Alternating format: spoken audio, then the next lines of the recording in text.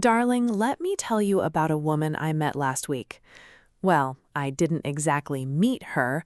I saw her in a coffee shop, balancing 3 phone calls, a toddler's snack bag, and a face that was smiling on the outside while quietly screaming on the inside.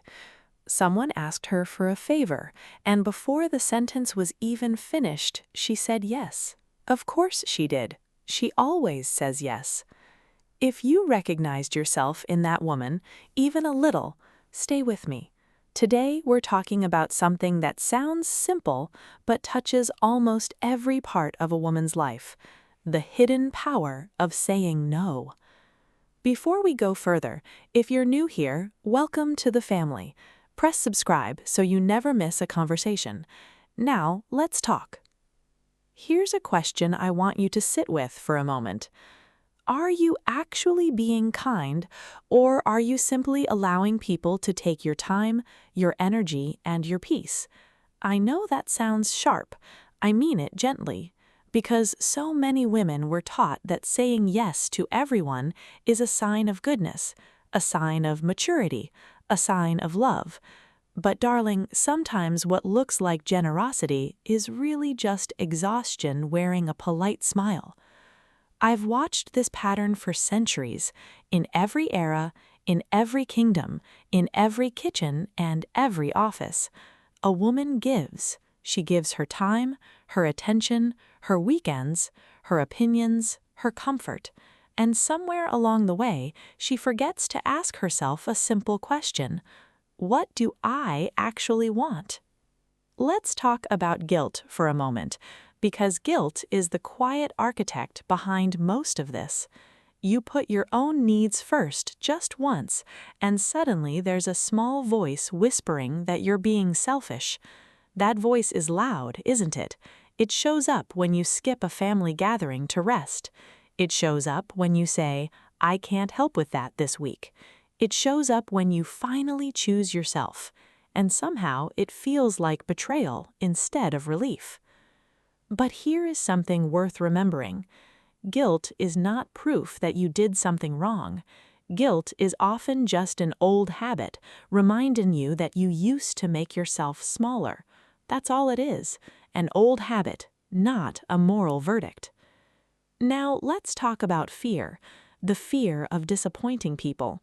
Your partner, your children, your parents, your friends, your colleagues. This fear convinces you that your value depends on being endlessly available, so you keep saying yes, hoping that if you never let anyone down, you'll finally feel secure.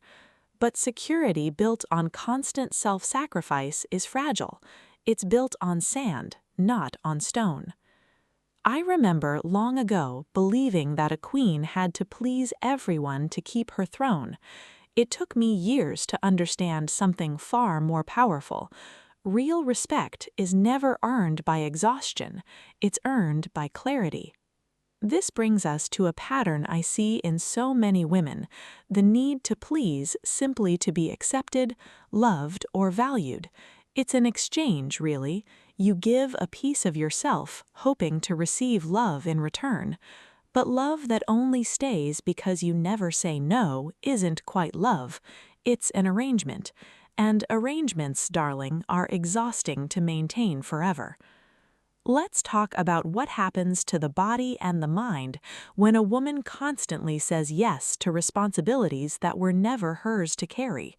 She becomes overwhelmed, which means feeling as though everything is happening at once, while her brain politely begs for a break. She becomes depleted, tired in a way that sleep doesn't fix, because it isn't only physical, it's emotional debt accumulating quietly, one favor at a time. And here's the part almost nobody talks about: the difficulty of setting boundaries without feeling cold, difficult, or unkind. A boundary is simply a line that says, "this far and no further," out of respect for myself. It isn't a wall, it isn't punishment, it's structure. Every beautiful garden needs a fence, or it becomes a field that anyone can walk through. I want you to notice something. When you never say no, everyone else's priorities somehow become more important than your own. Your rest becomes optional, your goals become later, your peace becomes negotiable. Meanwhile, everyone else's requests arrive with perfect punctuality. Something is deeply unbalanced in that arithmetic, wouldn't you agree? This imbalance breeds a very particular kind of tiredness, anxiety layered with quiet frustration, the result of living according to everyone else's expectations instead of your own compass. And underneath that frustration, there's often something even more painful: resentment. The silent kind. The kind that builds slowly from doing so much for others while receiving very little recognition in return. Resentment is rarely loud. It usually just sits in the chest, waiting.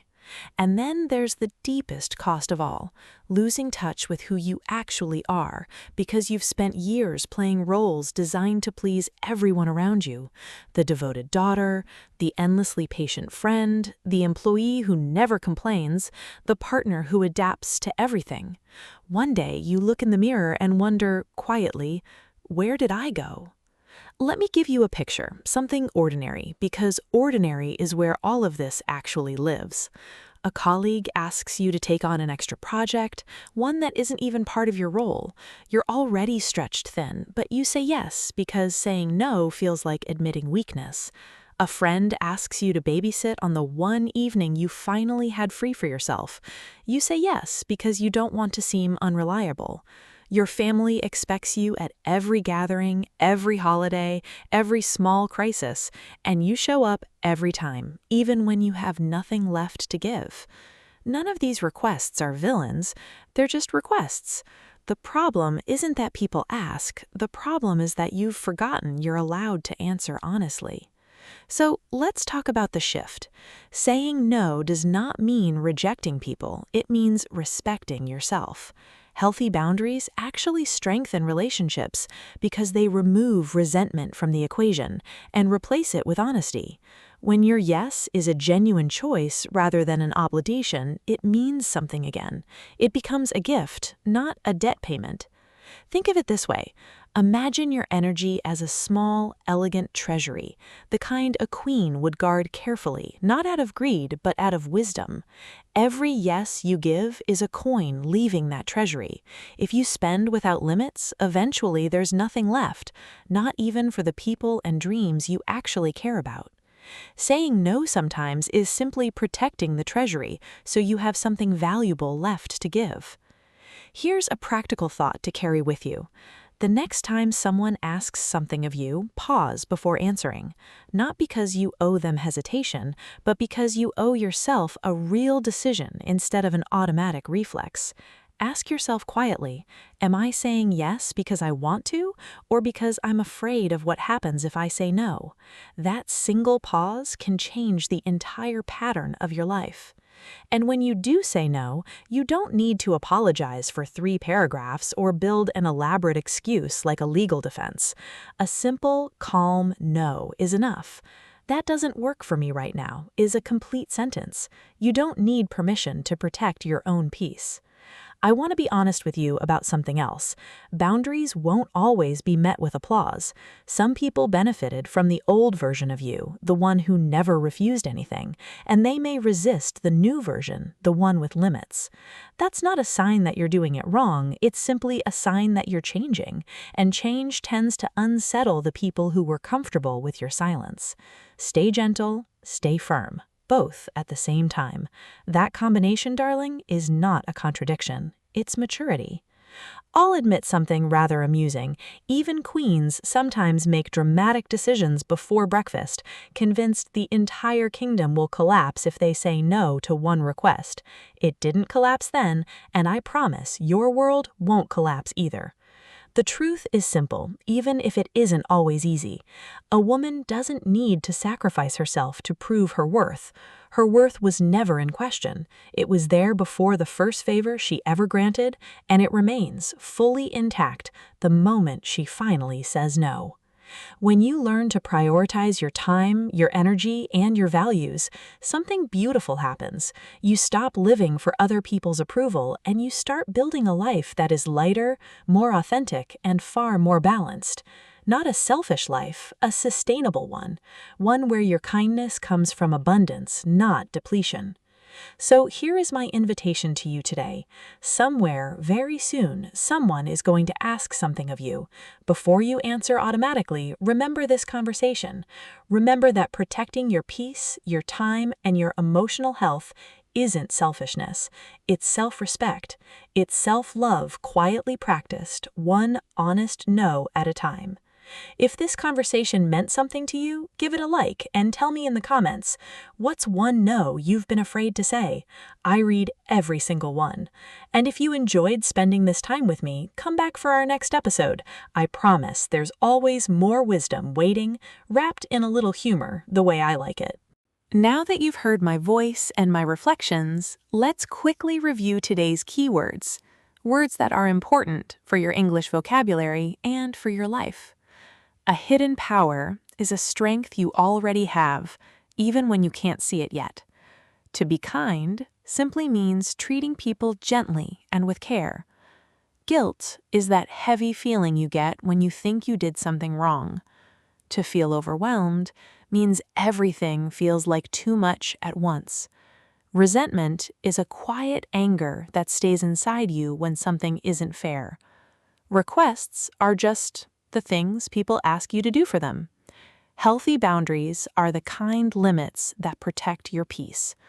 A new version of you is simply you, growing and changing. To stay firm means holding your decision calmly and kindly, and to prioritize your time means choosing what truly matters first. That's all for today, darling. Take care of your peace. Guard it like a queen guards her treasure. And I'll see you in the next episode.